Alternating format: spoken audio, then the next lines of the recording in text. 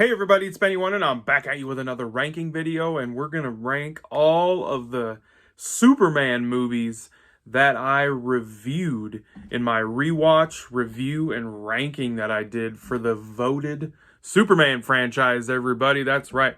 So I did not watch literally every single movie that Superman has been in or there was, because there are a few more. So we will start off this list with some honorable mentions, but really quick, you always got to say this is the ranking video, you guys. It's just my thoughts and opinions on how I view these and how I rank these movies. We all view these differently. Like, some people put Man of Steel above Superman the movie. Like, it's just how it is. Like, everybody views movies differently. Movies affect everybody differently. They give people different emotions and how they feel about certain things, and some people don't like certain things. It's cool. It's fine. We can all have different opinions on how movies are ranked, how we feel about them. That's totally cool. So that's why you got to put them down in the comments so we can chat about it and be like, oh, okay, I can see your points. So yes, the Superman franchise, one of the longest running freaking comic book characters that there has ever been, and he's had quite a few live action movies, everybody. So let's start off with our honorable mentions. We have the George Reeves Superman movie back in the day. I think it was Superman versus the Mole Man or some shit like that. So there was that one. And then the two Justice League movies.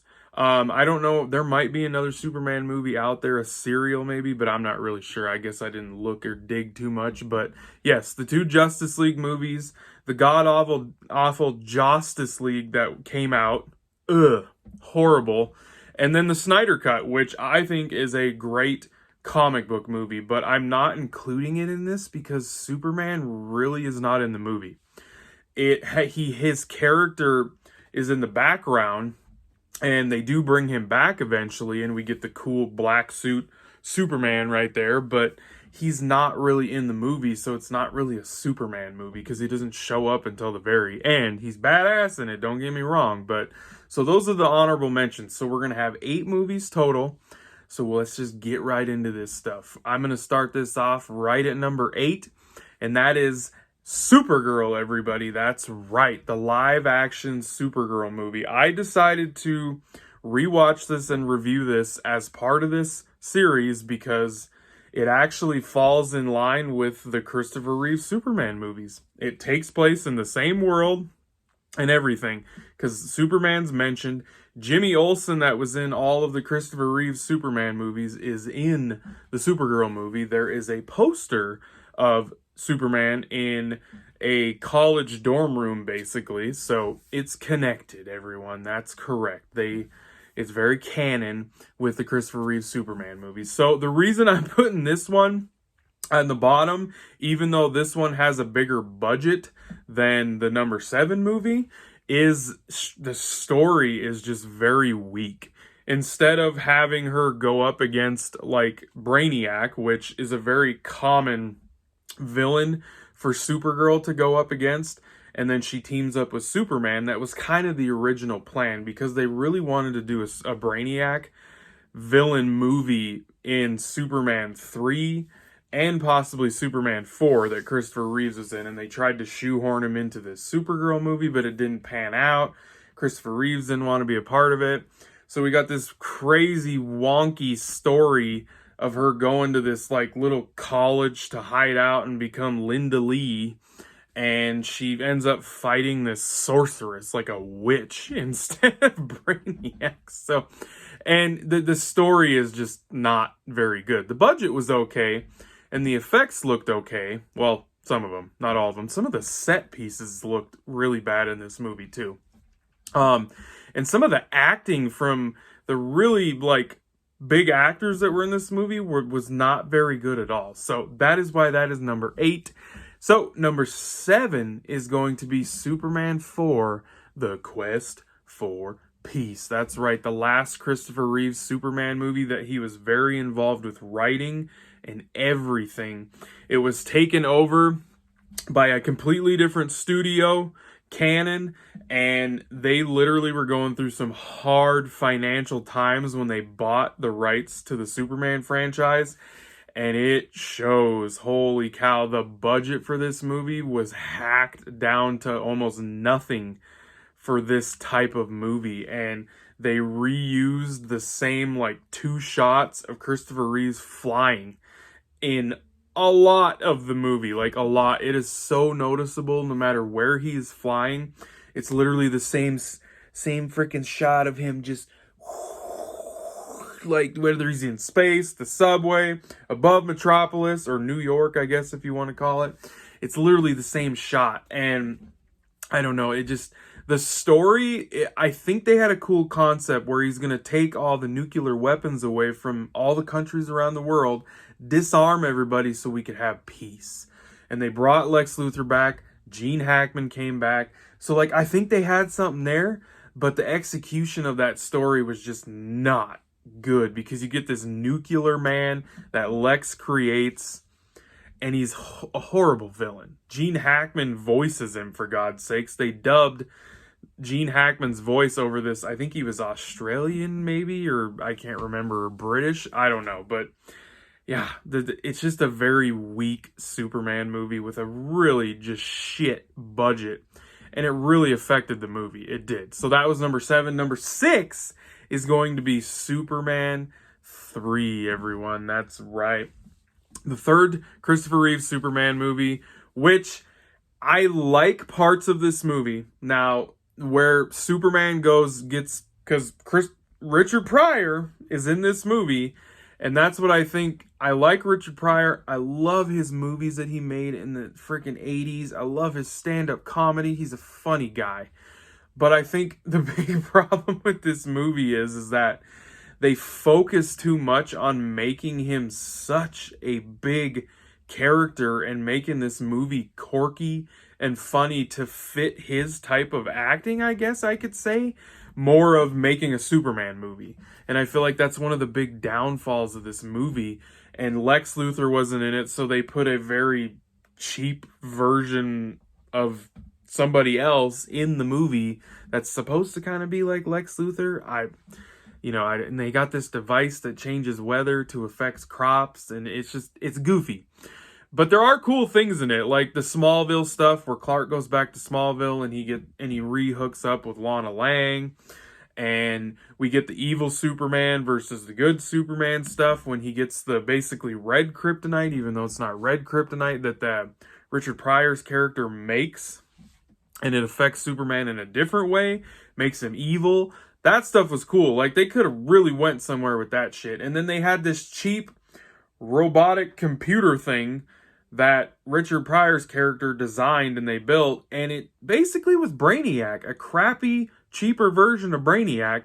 They should have just put Brainiac in the movie, but they didn't. So that's why that one was the number 6. Number 5 is going to be Batman versus Superman, Dawn of Justice, the Ultimate Edition, everybody. Not the theatrical, the Ultimate Edition. And the big reason for me why I'm putting this at number 5, now if this was in a DCEU ranking, it would be higher than number 5 for me, out of all those movies. But on a Superman ranking list, it's at number 5 because the movie's half about Superman. It's also about Batman. I mean, it's literally called Batman versus Superman. Superman's not even the first person in the title, for God's sakes. So it is basically a sequel to Man of Steel, but it's not, because Warner Brothers wanted to fast track the Justice League and they wanted to catch up with Marvel, so they crammed this movie with so much stuff. I mean, you literally have a sequel to Man of Steel showing the ramifications of what happened when Superman saved everybody from Zod and chose Earth over Krypton. He literally chose Earth over Krypton. And he's dealing with the ramifications of people being pissed about all the destruction, the death that occurred when they were fighting. And people are scared of him still. But people love him too. So like, it's a real world take on how people would perceive and look at him even after choosing Earth and saving everybody. So, and then you got the Batman side of stuff where they fight each other. We get the classic Frank Miller Dark Knight Returns, comic book storyline stuff thrown in here. So you got the Batman stuff, so they got to show that. Then you got them shoehorning the Justice League characters with little cameos here and there. Wonder Woman gets introduced. She gets a part in the movie in the third act. And then they got Doomsday showing up because Lex Luthor introduces Doomsday. And then they do the death of Superman. It's just like so much shit in this one movie. And if they would have focused on it being a sequel to Man of Steel and Batman fighting and wanting to take him out, and that's it. And having Lex Luthor in there doing what he did in this movie really could have been something special. I think it's a good movie still, but it really could have been something really, really cool. But so that's, for me, that's why I put this one at number 5 when you're ranking a Superman movie. Because it does have cool Superman stuff. It really, really does. We get to see him do some cool shit. The Doomsday fight, it's entertaining, that's for sure. So that was number 5. Number 4 is going to be Superman Returns, everybody. That's right. The 2006 Brandon Routh Superman movie, which picked up after the events of Superman 2, the Christopher Reeve Superman 2, and acts like Superman 3 and 4 and Supergirl don't exist. Superman left for 5 years to go possibly see if Krypton really survived, and then he comes back. And he's having to deal with catching up with everybody because they've all moved on. Lois has moved on. She's engaged. She has a son. And it's just kind of a reintroduction of the Christopher Reeves era of Superman with modern technology. And that's just like, honestly, one of the best parts about the movie for me is that we get to see Superman actually do Superman type shit with CGI modern technology. That plane sequence in the first good, 40 minutes of this movie is fantastic. Fantastic. It looks great. It's awesome. And we get to see Superman just do cool shit in this movie stuff. We don't get to see him punch and fight people, but we get to see him finally do things in a live action movie that technology just wouldn't let you do back when Christopher Reeves was playing Superman. And this movie really is a love letter to that era of Superman on the big screen. Now that is also its downfall is they didn't try and do anything new with this. They didn't introduce any new villains. They brought Lex Luthor back, and Kevin Spacey did a good iteration of him. I think a little darker version of what Gene Hackman did, but he kept the spirit of Gene Hackman, but made it a little darker. The whole kid stuff with him being Superman's kid, I'm not a fan of that stuff, to tell you the truth, but I really wish that Brandon Routh would have got another movie to possibly fight Brainiac or somebody like that. I just really do, but yeah, I just think the fact that they played it so safe with this movie is why I'm placing it at number 4. Number 3 is going to be Superman 2, the Richard Donner cut. That's right, everybody. I'm not gonna put the theatrical version of Superman 2 in this ranking because I just like Batman vs Superman, the Ultimate Edition, I just think the Richard Donner cut is the superior edition of Superman 2, everyone. That is correct. So, the sequel to Superman the movie with Christopher Reeves is actually a really good sequel. We get to see him go up against freaking Zod and his minions and everything that we got. Because here's the thing is Richard Donner actually shot like almost 80% of Superman 2 when they filmed Superman the movie. They shot both movies back to back. And he basically was done, and there was issues with the Sulkines and him. They didn't agree about the story. They constantly were fighting. They quit talking to each other, so they ended up replacing him with Richard Lester. So, and he directed Superman 2 and then Superman 3. But yeah, so Richard Donner finally got to come back in 2006, and they released this in 2006, and he took footage that he had some test footage and some unused footage that they didn't use in the original theatrical cut, and he pieced this movie back together the best he possibly could do, kind of like the Snyder Cut. It was an early version of what happened with the Snyder Cut. And he pieced the movie back to how he wanted this original version of Superman 2 to be. We got Marlon Brando back in the movie because the legal rights with his character and everything were settled and over with. So that's why Marlon Brando's character was not in the other Superman movies. He wasn't in the theatrical version of Superman 2. He could, because the thing is Jor-El could not be in any Superman movie after the first one because of legal problems in the court system, and for a long time, actually. So a very, very long time. So that's why he wasn't in 2, he wasn't in 3, he wasn't in 4. But yeah, Richard Donner finally got to freaking put him back in the original version of this movie. And it's amazing because the sequence between those two, when Clark goes back to the fortress to get his powers back, is way better than what happens in the theatrical cut. The interaction between him and Jor-El is way better. It means a lot more and everything. Now, I will say, even though I think this movie's good, it has good action, and for the time, I think the action is pretty damn good, and it looks pretty cool. The fight stuff with Zod and his two side minion characters, Feora, and, well, it wasn't Feora, but I can't remember what the big brute dude, Nog, or some bullshit like that. But yeah, that's all good. Everybody came back for the movie. Christopher Reeves is great in the role, of course, but we get this storyline in both versions of this movie where he chooses to give up his powers to be human and love Lois. And this has always been one of the weaker parts of this second Superman movie, is it's just like such a quick little turnaround, and because he got his butt kicked in a bar and he sees on the news that Zod is taking over the White House and all this stuff, and he realizes, oh god, I gotta go get my powers back. And it's just like that fast. Like, I don't know, it just didn't even have time to like process in the story, I guess, that whole decision that he made.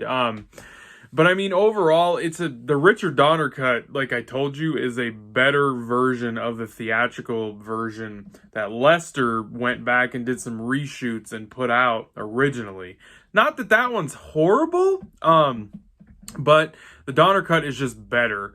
And that's why I have that one at number 3, everybody. And then number 2 is going to be 2013's Man of Steel, everybody. And you know, I really have a hard time sometimes not putting this one number 1 because I really like this Superman movie. I love the modern take on it. I love the realistic approach with the story that Zack and them chose to do. I like Henry Cavill as Superman. I don't think he does a fantastic job playing Clark Kent because he doesn't really get to play the comic book version of Clark Kent in any of the movies that he's been in so far. We do get to see him with glasses and everything and a tie and everything and working at the Daily Planet later on while he's, you know, been doing this role, but he just isn't Clark Kent to me. He's just the Clark Kent that was on the farm and that is Superman. Like, he's just, there is no difference between Superman and his Clark Kent, really. But I love what Zack did with this movie. It's visually stunning. The Krypton opening stuff was fantastic. We get to see freaking Jor-El be a badass and fight to actually save his son and get him off the planet. I love the design of Krypton. The new Superman suit, yeah, it is dark. The color palette on it is really dark. I will agree with people with that. But yeah, I love Henry Cavill's Superman. I think it's great. We actually get to see Superman punch people. And people that say that his Superman does not smile and does not have fun, you obviously don't pay attention to this movie, because when he's learning how to fly for the first time, when he first actually gets up and flies, he has the biggest shit-eating grin on his face, and he's laughing and everything right before he crashes into a mountain because he didn't fully get the flying down at first. But yeah, we get to see Superman use his powers in a way that we have not seen them until this movie came out. Even in the 2006 Superman Returns movie. I love Michael Shannon as General Zod. I mean, this movie has everything for an origin story for Superman, but they don't tread and retell that backstory really of him growing up on Smallville. They kind of do flashback sequences with that, which, as somebody that knows this character through and through, I really appreciated that approach to the story. Now, someone that might not really know Superman that well, I could see where that would suck for them. But yeah, lots of great action, visually stunning. I just love this movie. I love that gritty, real world, realistic approach to what if a being like this all of a sudden just popped up in our country. People would be freaked the hell out, and people would... I love the alien take on it, like when Zod and them show up and it's almost like a little alien invasion thing. I love that shit. I just think it's cool. I feel like it fits the comic books of our current times a lot. So that's why Man of Steel was at number 2. And of course, number 1 is Superman the movie. That's right, the first big budgeted live action superhero movie starring Christopher Reeves, Richard Donner, awesome director, directed this movie. This movie's great. Yes, there are parts of it that don't hold up to today. It really doesn't, because this is a take on the golden age Superman from the comic books from the 40s and the 50s. Like, this is literally that version of Superman in the comic books taken out of that book, thrown on a live action screen. Christopher Reeve is literally the only one so far that has interpreted and done Clark Kent and Superman successfully completely different, because he's got that bumbling, stumbling Clark Kent that hunches over, is goofy, and you never could believe that he's Superman. And then when he turns into Superman, he's a completely different freaking person. Like, he's the only one that has actually portrayed that on the big screen properly. Like, seriously, he's the only one. If Henry Cavill would have done that in his movie and they would have put that in the movie, I probably would have put Man of Steel at number 1, but that right there is the reason why I put Superman the movie at number 1. And he's got the classic suit. Christopher Reeves looks like Superman out of the comic books, and then they even made him look more like Christopher Reeve after the movie came out. So, and the movie was great. The special effects for the time, the flying stuff and everything, they did stuff in this movie that had never been done before in a live action movie of any sorts at this time when this movie came out. It was a huge deal.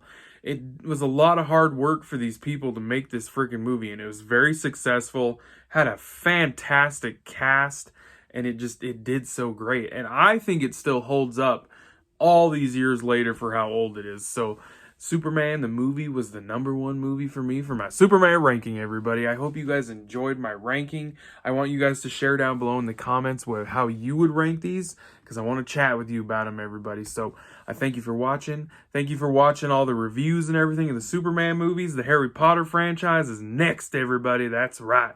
All right, everybody. I'll be catching y'all on the tube later, because I have spoken.